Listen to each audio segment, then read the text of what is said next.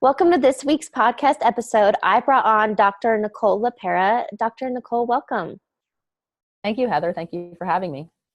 Give a little background. I actually came across you on Instagram, and I'm so glad I did because I love your post, and I love how you're so based on psychology and this, for some it's kind of a new era, but where do you live and what do you do?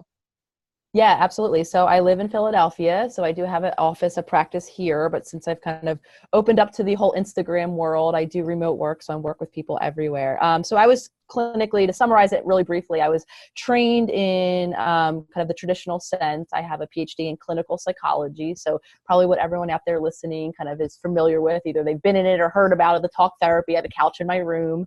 But over the recent years, I've started to evolve the work that I'm doing to practice in a way that I call holistic, essentially meaning that not only are we taking the mind in the more traditional sense into account, but we're also looking at the body and the body's role in mental wellness. You actually had a post recently all about self-healing, but that it does not require a therapist. Can you give a little more description on that? I did. So I know it's probably a controversial thing coming from a therapist, but yeah, I truly believe that every individual walking this planet right now has the capacity to heal themselves with the right tools. Granted, sometimes having a helper, a more objective perspective, support, accountability. I mean, I do still work with people. So essentially, I do think that someone else, whether they're a therapist or a coach, can be absolutely helpful in that. And not to get me wrong, a lot of people I do think have benefited from a therapy experience, but quite honestly, I think if it comes down to it, like I said, if given the right tools, that any human can heal on their own. And that is one of my main kind of emphasis to get out there, whether or not you're someone who can't afford therapy or, who just wants to, do this on their own, that you can do it. What do you think for most people, what is a common denominator their issue? Is it obviously maybe something from childhood, but deep-rooted beliefs? I mean, what is it that have people stuck or miserable, or what is it? Their mind. Yeah. And I think the person that we are today at whatever age that we are is literally based on an accumulation of our experiences over time. So like I said, while I do believe that the body and the health or lack of balance in our body plays a role in our functioning at any point in our life, I think a lot of the reasons that a lot of people are stuck, is because, like I said, nutritionally or in terms of their lifestyle, they're doing things that are having their body work against them. And like I always say, we need our body to be working for us. But ultimately, even in the healing process to rebalance our body, there's always something that comes up in terms of the psychology, to generalize it, a limiting belief of sorts. And like I said earlier, this comes from an accumulation of our life experiences. And I know everyone listening out there, has had experiences, and some of us have had very acutely traumatic experiences. So whether or not you even check that box or not, the way you are today is affected by everything that's happened to you. Well, and something that we spoke about is manifesting, and that's what I'd like to tie in the whole limiting beliefs thing. So let's give a little background. The Secret that came out, I believe that was back in 2007, so almost 12 years ago now. But I remember the first time I watched it, I was like, this is total bullshit, very woo-woo-y. And then I watched it a couple more times, and then I started getting it and understanding, wow, the power of my thoughts. So why don't you give your background on that? Yeah, absolutely. I was kind of like you. I watched this movie and I thought, okay, this is absolutely crazy. I think of $1,000 or $1 million and it's at my door. I tossed it out. I thought it was woo-woo. And I know it was a big fad. Everyone was listening to it and thinking about it. And it wasn't until years later where I was introduced to the whole field of quantum, the quantum field, quantum physics, quantum science, all of that. Essentially, to summarize it, it's again how we are evolving in science and starting to realize that humans are energetic beings, meaning that we are emitting waves of energy, and our environments are energy too. So when we think about manifesting, why that is so incredibly powerful is our thoughts even have an energetic component to it, right? So if we are wanting something, and we start to emit that in thought form, and more importantly, if we pair that with a feeling as if that we already have that thing, then we're changing our vibration. And usually we will do this, and I often suggest that we do this. It's a big component of my subconscious reprogramming work that I do with pretty much everyone that I see.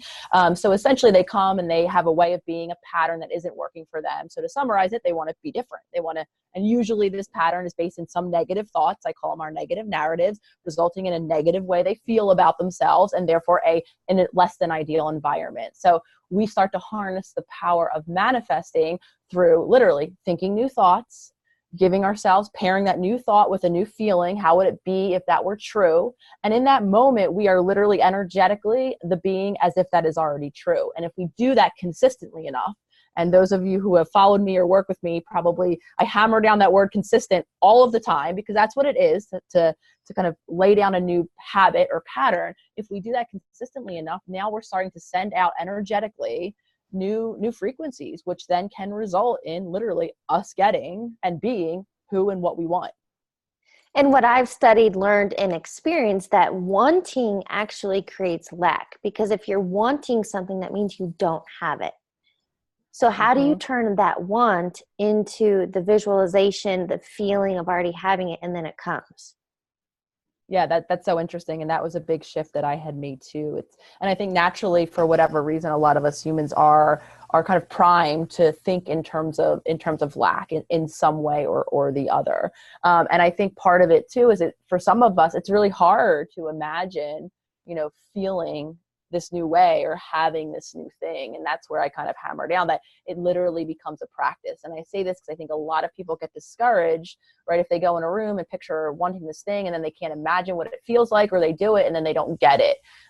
So again, it becomes just a skill that we have to teach ourselves. Like I said earlier, what we have been practicing is this other way, thinking, feeling, and being for so long, that a lot of us need just the skill and the tool, and to keep doing it consistently enough to be able to practice it. So I think sometimes it's even changing the language, right, in terms of what you're looking for. And language, I always go on and on about that too, because I think that's incredibly important, because the language we speak and the language that we're using in our thoughts as well is so impactful, and none of us realize it, I don't think. Well, and actually I interviewed somebody recently, an episode all about NLP, neuro linguistic programming, and how really, I just released a Facebook Live and a podcast all about I am statements, because what am I trying to say? But confirming that I am successful, happy, organized, whatever it may be, that's the subconscious programming that has to become your reality. Yep, absolutely. They are so, and again, I don't think that we are as tuned in to exactly what we're saying. So we're not aware of how much and how impactful it is. And yeah, so anytime we're attaching something to who we are as a person, positive or negative, we're listening. I always kind of joke, but we're listening. Our body, our physiology is listening. And before we know it, we do that enough, and that's who we are. And again, I think that it can really be detrimental if it's something negative. And again, a lot of this comes from these younger, older places in our life, where we were maybe told directly these negative things about ourselves, or made to feel these negative things about ourselves. But it's incredibly important to start to shift that into something positive. So a great tip I always give, and something I've been, doing a lot and showing myself doing each morning, is future self journaling, but making sure to use that new I am statement or I will, right? So focusing on who we want to be in this future. And I think this is another critical shift that I'm hoping to happen in the mental wellness field. Is a lot of us spend a lot of time focusing on our past or who we are now. Obviously, this brings up all of those lack thoughts that you referenced earlier. And I think we really need to do an about face and start to focus a little more, or at least allow it to enter into the room, who we want to be. And I think that's the pivotal shift. So I am who I want to be. And we start to tell ourselves that consistently enough, before we know it, we start to believe it. Well, and two topics that come to mind, I think, for a lot of people that will resonate, is money and relationships. So instead of I want to be in a relationship, how do you state I have that partner I want, or I am in a relationship, how do you believe when that's not even there?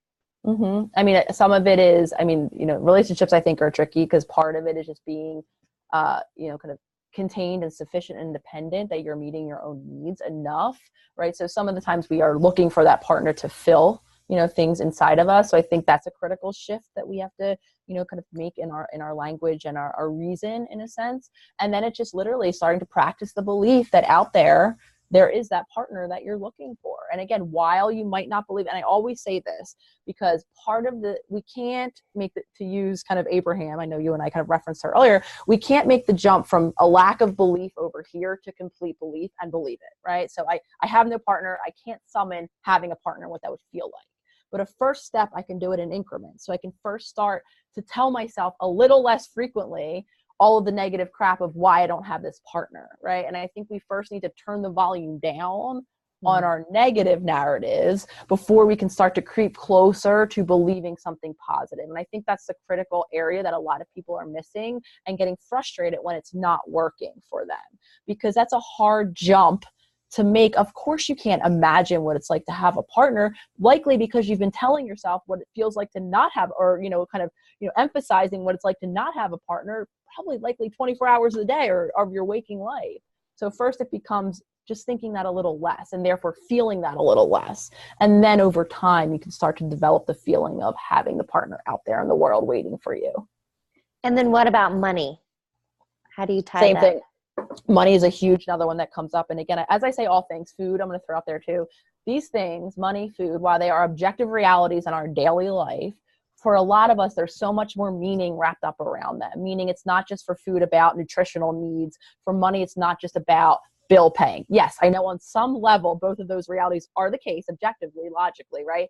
But there's so many other meanings that we assign. So same thing, if I have a scarcity, that's a lot of times the way you'll hear it, or lack mindset with money, again, I can't make that jump. If all day long I'm reinforcing what I don't have financially, I can't summon a belief of being whatever it is that you want to be in terms of abundance monetarily. And I relate to this on a very personal level, because I had a lot of really internalized limiting beliefs of a scarcity mindset, of lacking in everything really in life, but money included. So for me, it became, like I said, starting just to spend a little less time on a daily basis telling myself what I don't have financially. And then I was able to creep out into feelings of and summon the feeling of what I do have financially. And then before you know it, you start to get that financially.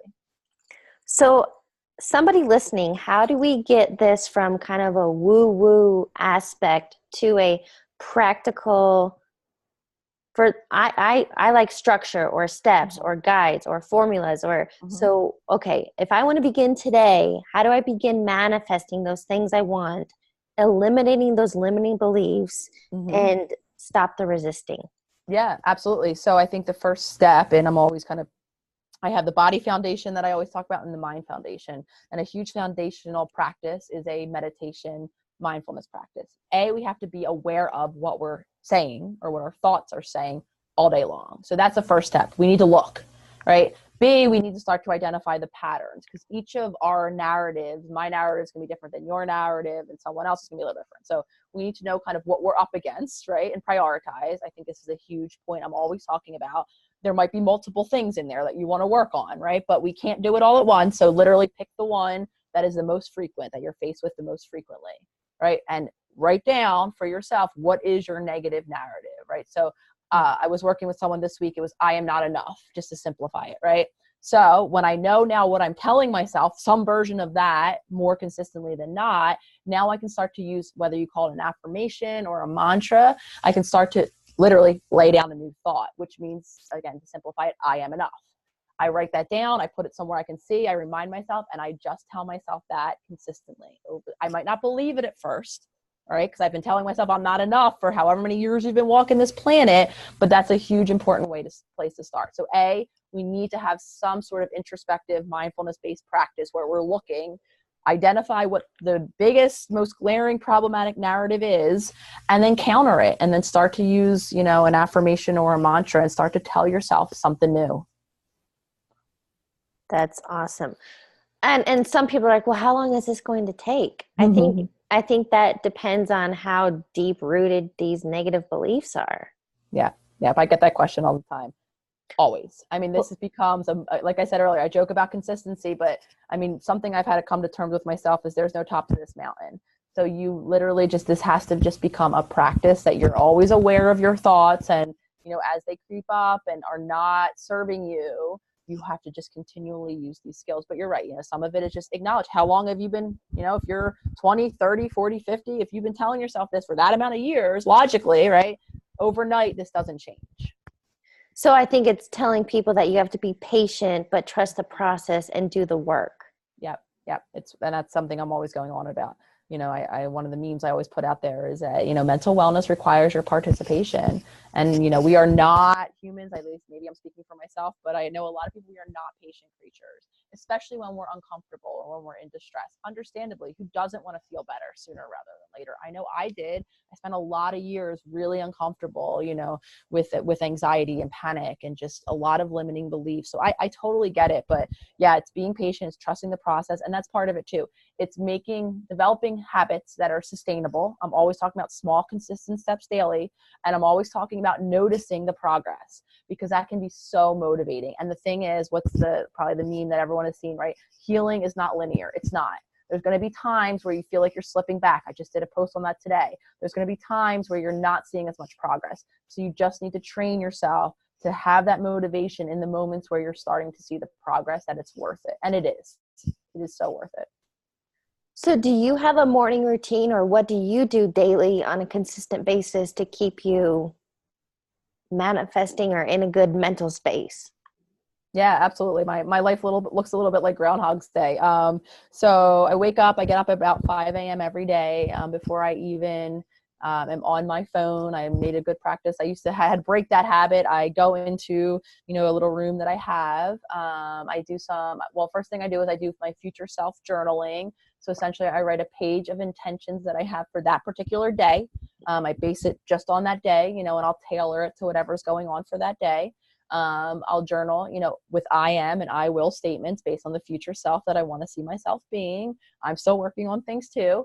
And then I do some breath work. Breath work is incredibly important to connect with the body. We have so much more control over our physiological bodies than we know. We can teach ourselves that control. Breath work is a great way to do that. And then I move my body some way, stretching, yoga, gym. And then I do a little bit of work, and then before I know it, I'm out and I do all of my patient work. I eat 2 meals a day, and I'm in bed by, all of my technology is probably off before 8 o'clock, and I'm in bed around 9. And literally Groundhog's Day, same thing every day. Some days nature. It's cold here now, but I do try to get out in nature. Can you describe a little bit more? What is this future self journaling? What does that mean? Yeah, absolutely. So I think that's an incredibly impactful tool. So, I mean, like I said, a lot of us, I think, focus on our past self or who we are now. And and that keeps us stuck, because each time we're talking about what happened or what we're stuck in, we are strengthening being stuck there. So I think starting to imagine, if I were to ask people have more or less an idea of who they want to see themselves being as a person. So this is a great way to do that on a daily basis. So getting up and just writing a couple intentions about who it is that you want to see yourself being that day, using I am or I will statements. So mine looks something like, I am connected to my body. I am centered in myself and not my thoughts. I am able to observe my emotions when I am triggered and not react from them. I am present and connected with whomever I am talking to or engaged with in the day. So those sort of things. And you just do that consistently enough, because you've intended that in the morning, meaning you've put your conscious mind to doing this new thing, right? So now we're talking about breaking an old habit. It makes you even more likely to choose that new behavior in those moments. I love that. And I'm very similar to you. I love an early bedtime because I like to make the most of my day. Mm-hmm. So that is awesome. Yeah. I have a couple rapid fire questions for you to kind of wrap up this interview. Okay. The first one, what is a quote or motto that you live by? Interesting. I don't have a quote that comes to mind, but presence. I say that a million times a day. And when I discovered mindfulness, that was hugely pivotal for me. So, I have actually a tattoo on my wrist. This is remember to live, the concept of moment. I love that. So now, kind of any version of here now, I think is incredibly impactful. Awesome. What is a book you're currently reading or highly recommend? I'm actually rereading, and I've been recommending this to everyone pretty much. It's called The Body Keeps the Score. It's by a Bessel van der Kolk. He's a psychiatrist, and it has a lot to do with trauma and how trauma is housed in the body. It's an incredibly impactful book. I suggest anyone out there who's experienced any version of a trauma, pick it up. This is probably like my third or fourth time reading it, and I get something new from it every time. Wow, good to know. I love new books and new reads. What is one piece of advice, one takeaway you really want listeners to get? Empowerment. I mean, that if that is my goal on this earth, is to really have people realize that they have so much more control over their physical bodies, over their emotions, over their mental wellness than I think a lot of us truly believe. Myself included. I overcame, like I said, a lot of limitations, both physical in my body, psychological, and I've come to truly know. I mean, the fact that I sit across from you, if you would have asked me this, 5-10 years ago, I would have thought I was crazy right now, and never would like really believe in my heart that change is just so inherently possible. So empowerment. If I can touch anyone out there to give them the keys of control back in an area that they're not feeling that they have control in, that would be everything. I think that is key. And it's so much, I believe that we're 100% in charge of our experience, our reality, and that we can go from being a victim to a victor. I love that. I totally could not agree more. Final question. Who inspires you? I really, really like the work of, I'm always kind of bringing him up too, of Dr. Joe Dispenza. I think he's really someone who, for me, first started to illustrate the power of the mind in a very scientific, understandable way. Obviously, I've gone to school for a lot of years. So, my mind worked in terms of, how does this actually work? In my body, like, let me make sense of this. And that's why I'm always trying to present things in an understandable way so that people can get that there's like a reason for some of these things. And he was really one of the critical people that I discovered very early on in my own journey that started to give me these explanations and they're very much in line with the way I believe and what I now practice. So I think he is just so incredibly inspirational. Great. Dr. Nicole, thank you so much for joining me and sharing your insight and knowledge about all of this stuff. Thank you so much for having me. Seriously, I so appreciate anyone helping me to get this message out there. So thank you, Heather.